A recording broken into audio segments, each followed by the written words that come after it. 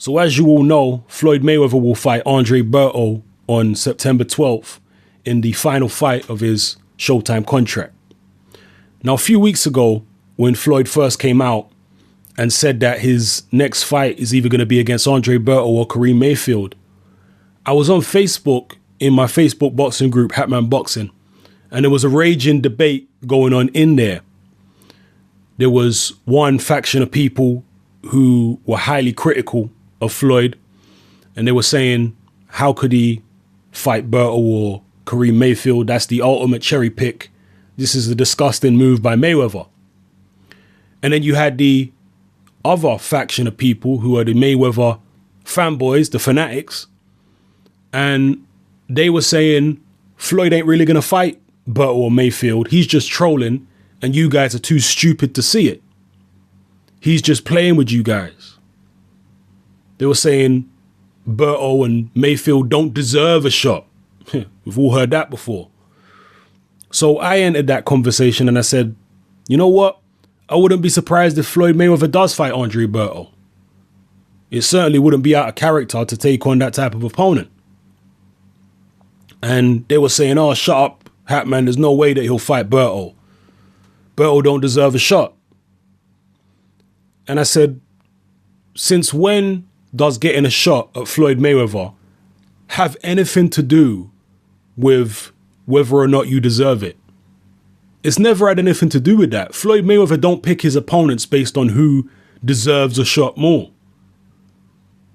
That's just some rhetoric that he uses to justify whoever he picks. Now, don't get it twisted. Floyd Mayweather has fought some very good fighters throughout his career, but he's never been the kind of guy who just sits down and says, okay, who deserves the shot most? As in, who's fought the best quality opposition, who's in their prime, this, that, and the other. I'll fight them.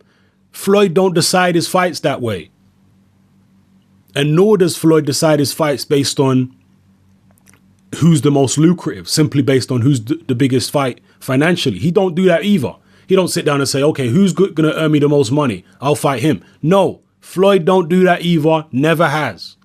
If you think that Floyd bases his fight simply on how much money the guy generates and how qualified he is in terms of his resume, then you are utterly deluded and lost. Floyd's biggest concern, and it always has been this, is the risk reward. And also fighting the right guy at the right time. Floyd don't just go out and fight a guy in his prime, absolutely flying at the top of his career, in the prime of his life. Floyd don't normally do that. He'll wait to see a chink in a guy's armor, either take him a little bit early, before he's quite reached his prime, or take him when he's slightly over the hill. That's how Floyd tends to do things. Him and his team plan things very strategically to try and get every advantage for themselves. He's not a guy like a Muhammad Ali who just go out and fight everyone. Whether they're in their prime or not, whether they're looking like killers at the time or not, Muhammad Ali would just fight them anyway. Floyd's never been like that. He's always been far more calculating in terms of who he chooses to fight. When he stepped up to light welterweight, he didn't take on Costa Tszyu. He took on Arturo Gatti, who was the weakest champion at that weight class. When he stepped up to 147 welterweight, he didn't take on Antonio Margarito. He took on Carlos Boldemir Zab Judah. He didn't take on Paul Williams. You understand? Those were guys who were more dangerous than Boldemir and Judah. But he didn't fight them. He found reasons and excuses and all this kind of stuff that Mayweather fanboys just ate up. So again, this is not a bashing Mayweather video. He is an excellent fighter and he does have some very good wins on his resume. But this is just to emphasize, reiterate, and prove the point, which I've been saying for many years, that getting a Mayweather fight has got nothing to do with being the most deserving fighter. Floyd has since come out after this Berto announcement and said that Berto does deserve the shot. And he's also come out and said that Amir Khan needs to fight Danny Garcia before he qualifies for a shot, which is hilarious. Because the implication, and this is something Floyd does all the time, he says, well, I'm not going to fight this guy because he's got Garcia problems. Well, you look at Andre Berto, and this just shows you how ridiculous these comments are from Floyd. You look at Andre Berto. This guy fairly recently was knocked out by Soto Carras. He didn't avenge that loss, but yet he's still getting the Mayweather fight. He lost to Robert Guerrero. He didn't avenge that loss, but yet he's still getting the Mayweather fight. He lost to Victor Ortiz. He didn't avenge that loss, but yet he's still getting the Mayweather fight. As I told you, getting a fight with Floyd has never been about being the most qualified or the most deserving. I'm sure we can all agree. Amir Khan, Sean Porter, Keith Thurman, and Kell Brook all deserve the Mayweather fight far more than Andre Berto does. They're all far more qualified. They're all much better than Andre Berto, particularly at this point in Berto's career. I mean, Berto don't have one decent name on his resume in terms of anyone that he's beat. Not even one. Who's the best guy that Berto's beat? What? Collazo? Quintana? Like, this guy's literally beat nobody. And over the past few years, he's been seriously on the slide. His last fight, correct me if I'm wrong, was against Lopez, which I watched. He looked terrible against Lopez. Terrible. Even though he won the fight, he was getting outboxed by Lopez throughout that fight. His timing was off. His reflexes were terrible. His defense, I mean, he just looked horrible against Lopez. And this is a guy Floyd's fighting. I'm not surprised. Now, there was some talk that this fight would possibly be on PBC free to air. But it turns out it's actually going to be pay-per-view. Some people were willing, a minority of people were willing to accept it. And this is one of the things that the Mayweather fans were saying. They were saying, well, he's giving you a free fight, so it's obviously not going to be a great opponent. But they can't use that excuse now because it's a terrible opponent and it's not free. It's pay-per-view. And Floyd saying Berto deserves it, this, that, and the other. I mean, Andre Berto and Amir Khan are in the same camp. There is no justification for picking Berto over Khan. Khan's in better form than Berto. He's got much better wins on his resume than Berto at welterweight and light welterweight. He apparently has been beating Berto up in sparring. So, and on top of that, he's a bigger name than Berto. So there is no justification for picking Berto over Khan. None. There's no justification for picking Berto over Porter, Thurman, or Brook either. So you're just going to have to bite the bullet on this one, people. And obviously the last excuse the Flomos are left with is, well, he just fought Pacquiao. And again, I'm not saying Floyd don't have good wins on his resume throughout his career. He does. And Pacquiao's a good win, even though Pacquiao's over the hill. And this is not something new. This is not something you need to try and jump on me. Oh, you're making excuses. No, I've been saying Pacquiao was over the hill since the Mosley fight. My videos are still up on my old channel. I said Pacquiao's over the hill since the Mosley fight, people. So obviously, after being knocked out by Marquez and going through all his trials and tribulations, he's definitely over the hill by the time he stepped in the ring with Floyd. That's not to say Floyd's in his prime either. He ain't. But I think Floyd has aged much better than Pacquiao did.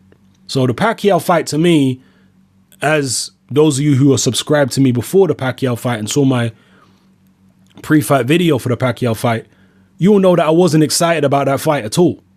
I saw that as a relatively easy victory for Floyd going into the fight. Not a dangerous fight, in my opinion, leading up to that fight. I was thinking this is just going to be easy. Because Pacquiao, if he ever was going to be competitive with Floyd, it would have been the Pacquiao who fought Hatton or the Pacquiao who fought De La Hoya, that old Pacquiao. So, yeah, this Berto fight don't surprise me at all. It shouldn't surprise anyone. This is not out of character for Mayweather. It's business as usual, really. Does Berto have a chance? I would say virtually none. Berto's got decent power, but nothing crazy. He's got decent hand speed. He's got very good hand speed, actually, when he lets his punches go. But in his last fight against Josecito Lopez, he looked slower than usual. Berto's never had quick feet. That's one thing I have to say. He's always had quick hands, but his foot speed has never been quick. His defense has always been awful, terrible, and his chin punch resistance has always been pretty damn bad. Anytime this guy gets hit with a clean shot, he's on some spaghetti legs. So, yep. And with all that being said about Floyd being very careful about who he fights, this, that, and the other, this will be the worst opponent, the lowest quality opponent Floyd has fought for quite some time. Let that be said. That is true.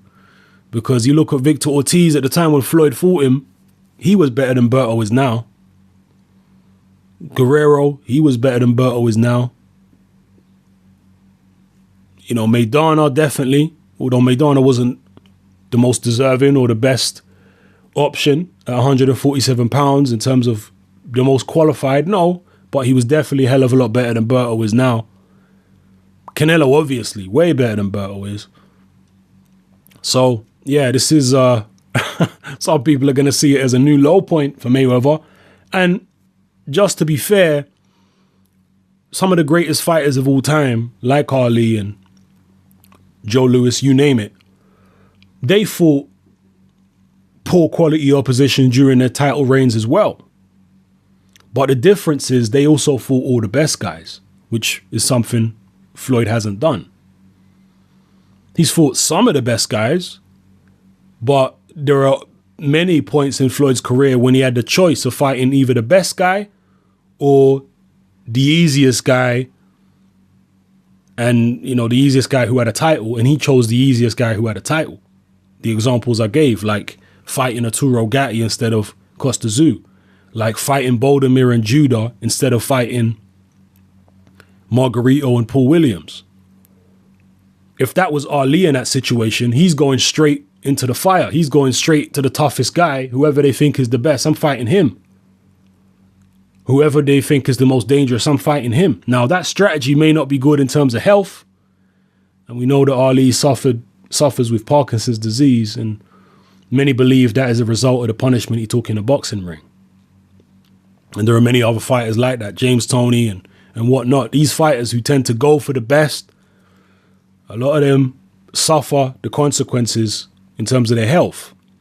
So Floyd, from a money-making and self-preservation point of view, has done an extremely good job in his career. He's made a shitload of money, and he's done so without taking serious punishment, because he boxes very cautiously and he picks his opponents very carefully. And he's done that from a business point of view. I mean, it's tremendous job that Floyd has done. Right? He's not punch drunk, no problems, got all his faculties, and he's got a shitload of money. Tremendous from a business point of view. Okay? But in terms of comparing him to the greatest of all time and what have you, in terms of his resume and how he's conducted his career, no. And there's this whole thing as well with Floyd about the 49-0 Rocky Marciano thing. I don't know why that's even relevant, because Rocky Marciano was a heavyweight. Rocky Marciano has the longest unbeaten streak in terms of number of fights of a heavyweight champion. But there are many fighters who are not heavyweights that have got much longer unbeaten streaks than that. I believe Julio Cesar Chavez Sr., his unbeaten streak was about 88 fights, 88-0. So this 48, 49-0 business, I don't know where Floyd's going with this. It don't mean anything. He's not a heavyweight. It don't mean anything. But I guess he's trading on the ignorance of his supporters, which, you know, most Mayweather fanatics are very ignorant. And they're really not boxing fans. You know, it's the same as most of the Pacquiao fanboys. They're really not boxing fans. They're just fanboys of a particular fighter. So anyway, drop your comments below. Let me know how you feel about this fight and everything I talked about in this video. Again, I don't want to make this into a Mayweather bashing video. It's not about that. It's just legitimate criticism Okay, it is legitimate criticism. Again, Floyd is an excellent fighter. Anyone who's saying Floyd's shit, Floyd's this, Floyd's that, you're obviously crazy. Floyd is an excellent fighter, incredible defense, very, very good. And he's done very well to achieve what he's achieved and make all the money that he's made throughout his career from a business standpoint. But just from a resume and greatness standpoint, he's not on the same level as some of the other fighters throughout history, for better or for worse in terms of their physical health. It is what it is. It's happening. I'm out.